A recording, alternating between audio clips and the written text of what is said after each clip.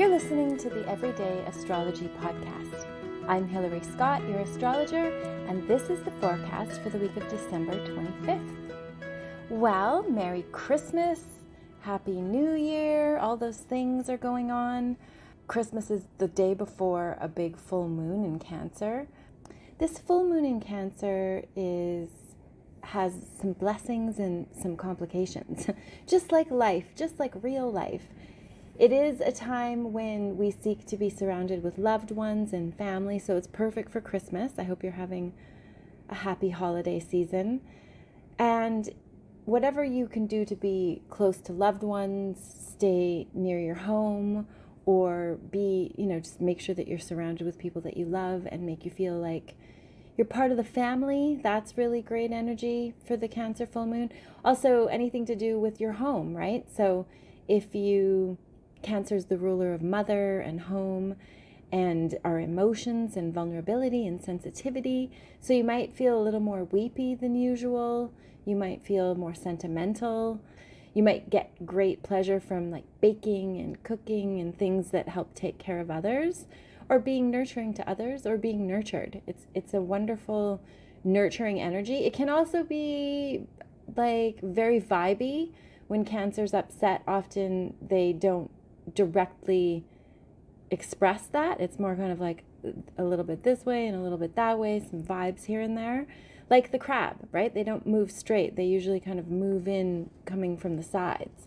So that might be something that you're experiencing too, is not wanting to be direct with your feelings. There is a lot of aspects going on for this full moon as well. There's some pretty strong Neptunian stuff happening.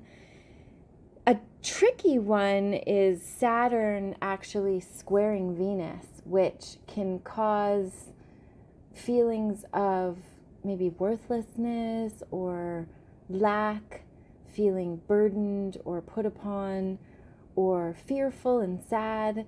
Sort of whatever Venus is hoping to achieve or connect with or enjoy, the Saturn is like, no. You've got to be more realistic than that. You've got to think about the reality of the situation. And it can bring up our fears and things that make things difficult. Saturn is the taskmaster.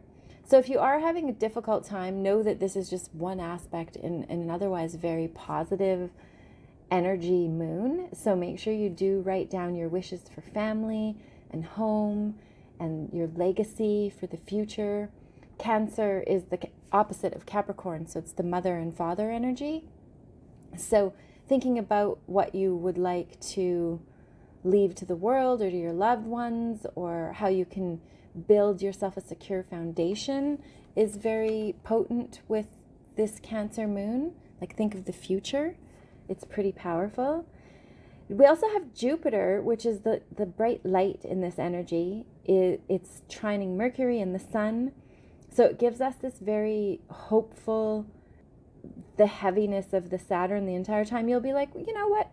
I'm going to be fine. I'll be able to get over this and move on, and the best is yet to come, and the grass is greener over there. I don't need to think about all this sad stuff. So you should be able to kind of lift out of any sadness because of this very buoyant and blessing energy of Jupiter trining the Sun, which is nice. And it's also trining Mercury. So it helps us think positively. We're not so mired in the muck. We can like look up and be hopeful and aim for the stars and think big, think philosophically, understand that everything that we're going through is a growth opportunity. There is an opposition with Venus and Uranus on the same day that gives a very sudden, unexpected twists and turns and things. Maybe you get a surprise. Maybe you want something to go one way, but things come in and send it in a different direction. You can know that what's happening is helping to shake you out of any kind of rut. There's this sort of counterculture thinking that goes on with Uranian energy. So maybe it'll keep you on your toes. It can also cause you to feel like a little uncertain about commitment, because it definitely likes the sense of freedom. So you might be feeling that energy. And Mercury is in there in a way that is possibly causing some confusion because it's retrograde right now. So you might not be sure of all the details. And that's okay. You don't have to be sure of details. Stuff doesn't actually really get moving again into mid-January. So just kind of play it cool. It's okay that things aren't all sorted out right away. Neptune is causing confusion this week with a square to Mars coming up, which is tricky because Mars wants to go, go, go. And Neptune is like, no, no, no, we're not going anywhere. We're going to like take it easy. We're going to do maybe some self-destructive things like get too drunk or too high or eat too much or shop too much. And Mars is sort of in there in a not very comfortable position with Neptune. So be aware of that. Neptune's quite strong, and that can cause us to feel like very tired, confused, overwhelmed, but also very spiritually connected. Just be careful that someone's not pulling the wool over your eyes, that there's not sort of some sort of deceit. The dark side of Neptunian energy is deceit and lies. And sometimes the Neptunian lies are actually not even intentional. It's just such a slippery energy. It's very hard to get a hold of. It's like, grasping fog. You can't grasp fog. It's just confusing and hard to deal with. Don't feel like you have to be certain right now. Just stay in your center and breathe and enjoy. Try to tap into the joyful moments of this energy.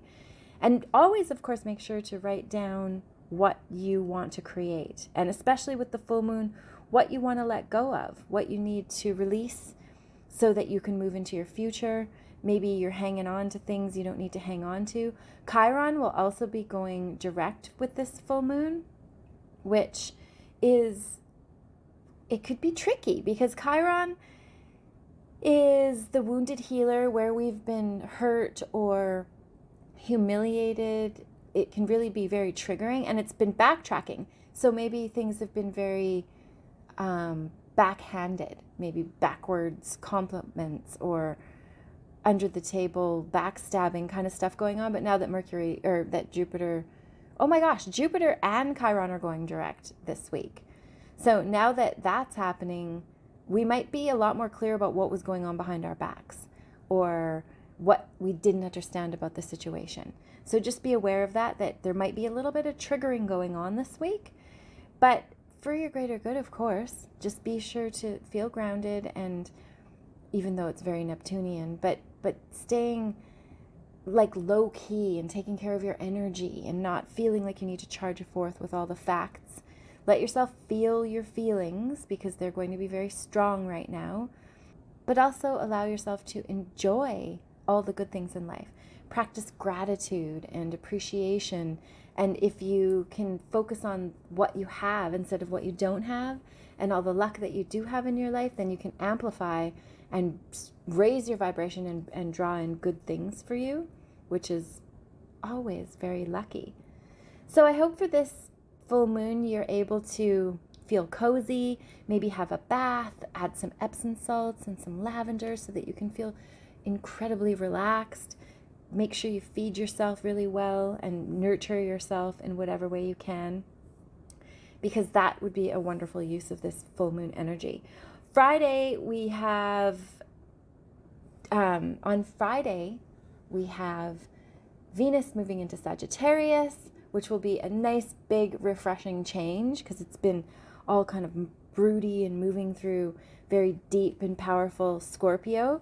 So it could make things very heavy when it's in there, but moving into Sagittarius, it's much more buoyant and flamboyant and ready for adventure and ready to jump in and be brave. And then Saturday, we have Jupiter moving forward in Taurus. So that gives us a new forward-moving energy. Maybe projects that have been stalled, you can start to feel yourself coming together with it. Your ideas are coalescing. And by mid-January, you'll really feel like the wind beneath your wings and able to start moving forward again. So there is a full week going on this last week of the year. First 10 days of winter, really. And really the beginning of the year is in March, when the sun moves into Aries for the spring. So we are meant to feel very withdrawn and inward right now, and very focused on sort of laying the foundation and conserving energy. So don't be too hard on yourself if you feel kind of dozy and low energy. Just like let yourself lie on the couch, let yourself have hot baths and relax, and you don't have to be going all the time.